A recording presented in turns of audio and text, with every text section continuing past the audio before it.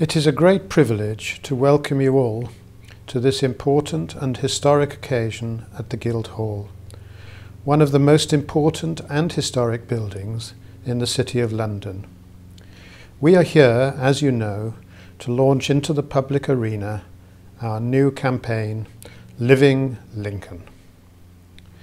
I hope that this campaign will set the college further along the road to self-sufficiency, which I believe is vital for the future success of our enterprise and to ensure that future generations may benefit from a Lincoln education.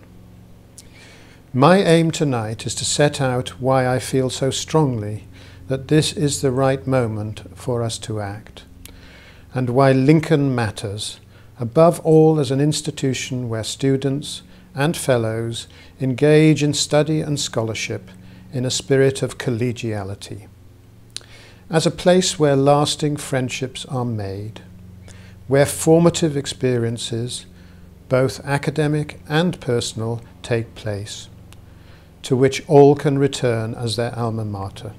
Before I come to the particular challenges that face us today, let us take a moment to consider some of the distinctive features of Lincoln, and indeed of Oxford, upon which we set such value.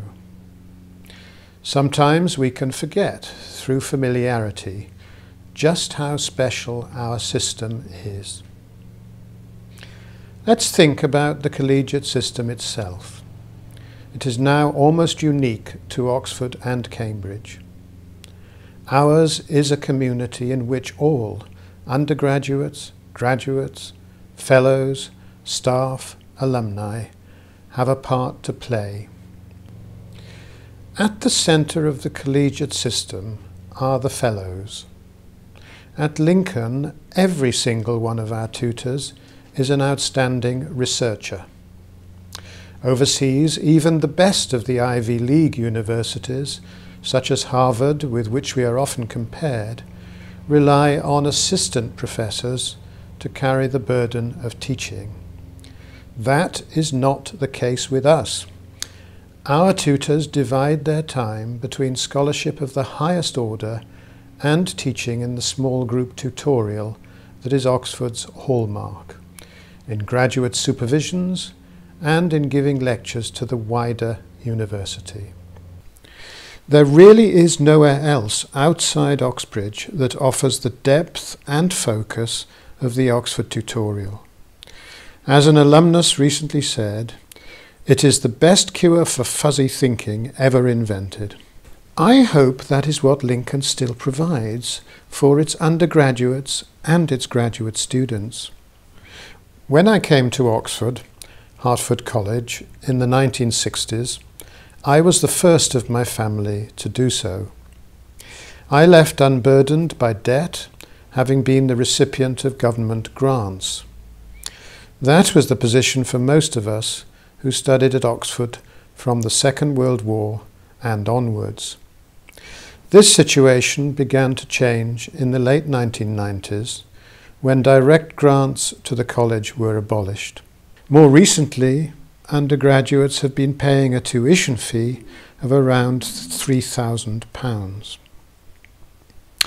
Now we face a sudden and unprecedented transition whereby government funding for teaching is to be cut by 80%, and as a consequence, fees for undergraduates will triple to £9,000 per annum from 2012.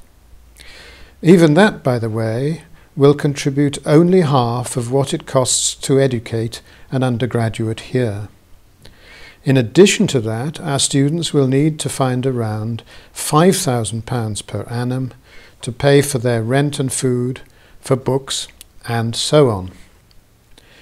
We at Lincoln believe, above all else, that the college must maintain the principle of needs-blind admissions.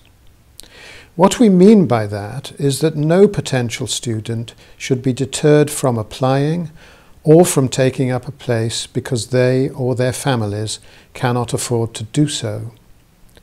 This is not a passive aspiration. We devote considerable resources into outreach and access programs that are emulated across the whole university. Our fear is that in these new and untested circumstances, some students, particularly those from outside the southeast and from schools without a history of Oxbridge entry, will be deterred from applying. For that reason, Lincoln is an enthusiastic partner with the university in offering one of the most generous bursary schemes in the country. We already have our own scholarships and bursaries, many funded by our alumni. Our aspiration is to go even further and provide much more substantial bursaries and scholarships to our students. That is one of the core objectives of the Living Lincoln campaign. And we need bursaries not just for undergraduates, but also for our superb graduate students. Lincoln has a proud history in this regard, the first middle common room in Oxford, founded by Lord Florey. 50 years on, we welcome graduates from nearly 40 different countries, all of different backgrounds and interests. Not only do we need to provide for the academic requirements of our students, but we must also ensure that there are facilities and opportunities for all their talents to emerge. Lincoln is a remarkable institution. From the early days of extirpating Lollards, it has navigated turbulent waters many times, coming through political and financial crises with its resolve strengthened.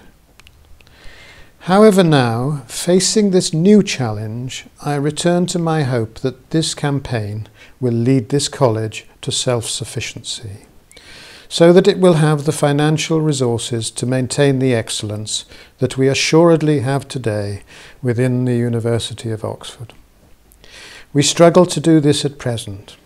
Tuition fees alone are not enough to fund the tutorial system as we know it. What we need is an endowment much larger than it is at present, so that we can take an income from it each year that enables us to do all that we want to do. Self-sufficiency will mean that we can continue to select the brightest, most able students regardless of means, and provide them with the resources to excel.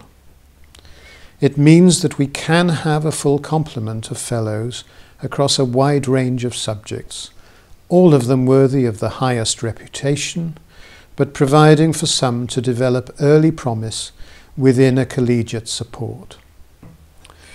Above all, it means that Lincoln will remain a place where people flourish.